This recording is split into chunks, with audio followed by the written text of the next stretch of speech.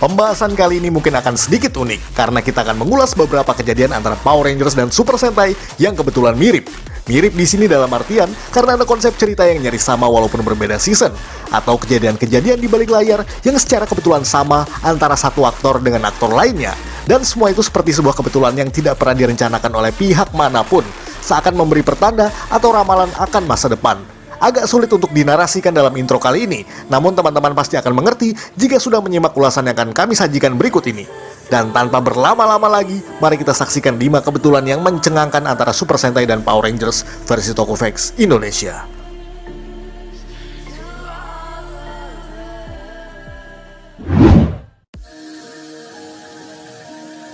Jaka Dengi Kitai versus Mighty Morphin Power Rangers Season 2. Antara dua serial tersebut sama-sama merupakan season kedua setelah suksesnya prequel mereka masing-masing. Bukan hanya nomor urutnya yang sama, namun juga ada beberapa kesamaan lain yang kelihatannya agak unik, yakni Ranger merahnya. Dalam season Jaka Dengi Kitai, Ranger merah dalam serial ini bernama Goro Sakurai, seorang atlet berbakat yang kemudian memutuskan untuk bergabung dengan tim dan menjalani operasi cyber. Di sini Goro adalah pemimpin tim, sampai akhirnya posisi tersebut digantikan oleh Ranger putih yang bernama Sokichi Banba, atau dikenal sebagai Big One, sang Ranger putih pertama di franchise ini. Uniknya, hal yang sama juga terjadi di season kedua Mighty Morphin Power Rangers ini, di mana awalnya Jason Lee Scott yang merupakan Ranger merah sekaligus pemimpin dalam tim, namun kepemimpinan tersebut akhirnya dialihkan kepada Tommy setelah mendapat kekuatan baru sebagai Ranger putih. Tentu saja itu merupakan keputusan yang ditentukan oleh sang mentor mereka sendiri, siapa lagi kalau bukan Zordon. Uniknya lagi, nama belakang Kimberly Hart, sang Ranger Pink di sini, dapat juga dilafalkan menjadi Heart, atau dalam bahasa Indonesia berarti hati. Tentu saja nyaris kebetulan dengan Heart Queen, Ranger Pink di Jaka Dengi Kitai, yang memiliki helm bermotif hati. Apakah ini semua sudah direncanakan, atau hanya kebetulan semata? Bagaimana menurut Anda?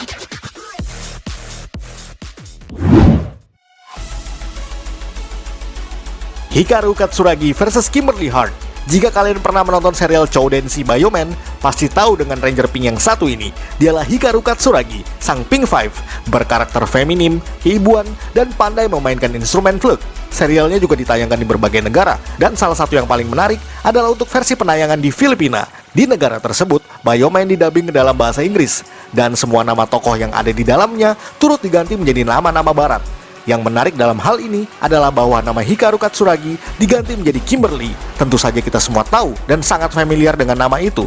Entah kebetulan atau bagaimana, nama Kimberly justru juga dipakai untuk Ranger Pink versi Saban's Bioman, yakni proyek adaptasi Bioman ke Amerika yang gagal digarap. Di serial tersebut, nama Ranger Pink yang dimaksud yakni Kimberly Hart yang diperankan oleh aktris bernama Rebecca Staples. Sejak Bioman Amerika tersebut dibatalkan, 80% konsep dasarnya kemudian dipakai untuk penggarapan Mighty Morphin Power Rangers, di mana kemudian nama Kimberly Hart juga digunakan untuk Ranger Pink di sana, dengan hanya menghilangkan huruf E di akhir nama tersebut. Suatu kebetulan yang cukup unik ya.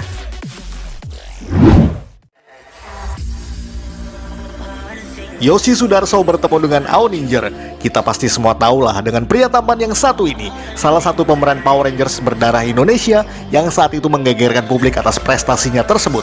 Saking bekennya nama Yoshi semenjak bermain di serial Dino Charge sebanyak 2 musim, pria kelahiran Jakarta 12 April 1989 tersebut sampai kebanjiran job dan harus terbang sana-sini, termasuk kembali ke tanah air untuk menjadi bintang tamu di berbagai acara televisi. Salah satunya adalah Tonight Show di Net TV pada September 2015 silam. Tentu saja, kita semua pernah mengulas hal tersebut di beberapa video Tokofax sebelumnya. Dalam acara itu, Yoshi bertemu dengan Denny Cagur yang sedang berpakaian Aoninger, Ranger biru dari Shuriken Sentai Ninja. Dengan segala kelucuan yang ada, Yoshi pun terpinggal dibuatnya. Uniknya, pria 30 tahun tersebut sempat muncul di Super Sentai Series, tepatnya di Shuriken Sentai Ninja episode ke-34 yang ditayangkan pada 18 Oktober 2015, sebulan setelah Yoshi di Tonight Show. Di sana, ia bermain sebagai turis asing yang diserang oleh yokai, kemudian diselamatkan oleh Yakumo, sang Aoninger sungguhan. Kemunculannya memang terbatas karena hanya sebagai cameo semata. Namun entah semacam pertanda atau apa, pada Agustus 2016, pada acara tahunan Power Morphicon, adik kandung dari Yoshi, yakni Peter Adrian Sudarso, mendapat peran menjadi Ranger biru di serial adaptasi Ninja, yakni Power Rangers Ninja Steel. Kejadian tersebut sontak menggemparkan publik lagi dan menjadikan Peter sebagai orang keturunan Indonesia kedua yang menjadi Power Rangers.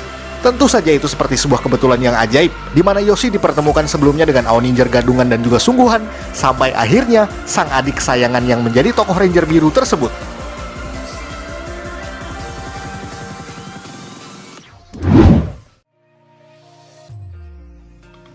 aktor Tommy dan Kou memerankan dua Ranger yang sama. Sang ikon Power Rangers yang fenomenal yakni Tommy Oliver memang sudah memiliki nama yang sangat besar di antara jajaran sesama rekan aktornya.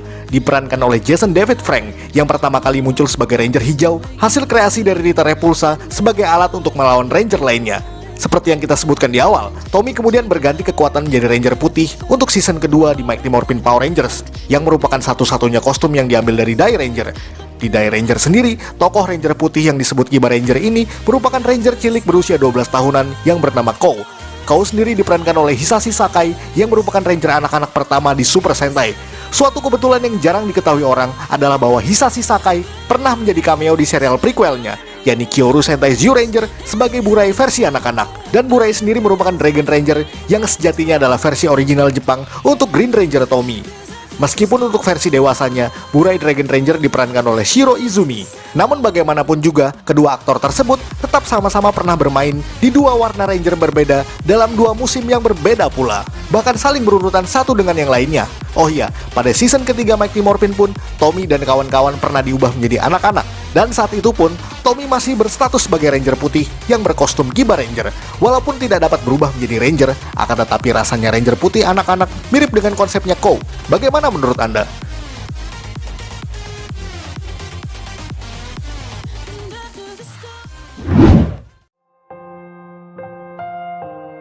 Kematian dua Ranger kuning pertama. Dan yang terakhir, memang suatu hal yang sangat menyedihkan yang pernah terjadi di dua franchise ini, di mana kita sudah kehilangan dua Ranger kuning pertama, baik di Super Sentai maupun Power Rangers. Keduanya pun pernah kita ulas dalam episode Tokuvex yang berbeda. Seperti yang kita ketahui, Baku Hatakeyama adalah aktor pemeran Daita Oiwa, Key Ranger dari serial Himitsu Sentai Go Ranger, yang sekaligus merupakan Ranger kuning paling pertama di Sentai series.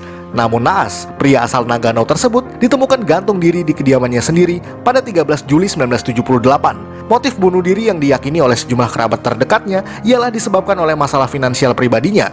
Setali tiga uang, aktris pemeran Trini Kwan, sang Ranger kuning pertama di Power Rangers, juga mengalami nasib tragis, di mana ia tewas dalam sebuah kecelakaan lalu lintas pada 3 September 2001 di dekat San Francisco, California, Amerika Serikat.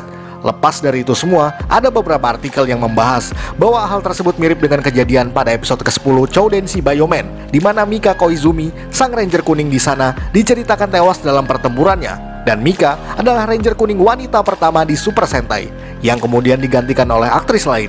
Uniknya, Trini juga keluar pada pertengahan season kedua Mighty Morphin dan digantikan oleh aktris lain juga. Kesamaan unik lainnya bahwa baik Hatakeyama maupun Trank sama-sama memiliki kedekatan dengan dunia militer, di mana Baku Hatakeyama pernah bergabung dalam pasukan Angkatan Darat Jepang, sementara Tui Trank merupakan anak dari mantan prajurit Vietnam pada masa Perang Indochina kedua. Kebetulan atau tidak, semua memang seperti sebuah misteri yang tidak akan pernah terjawab.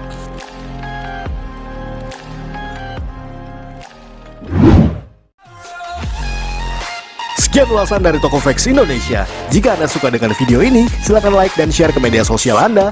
Jangan lupa berikan komentar dan juga subscribe. Akhir kata, salam Tokuvex Indonesia.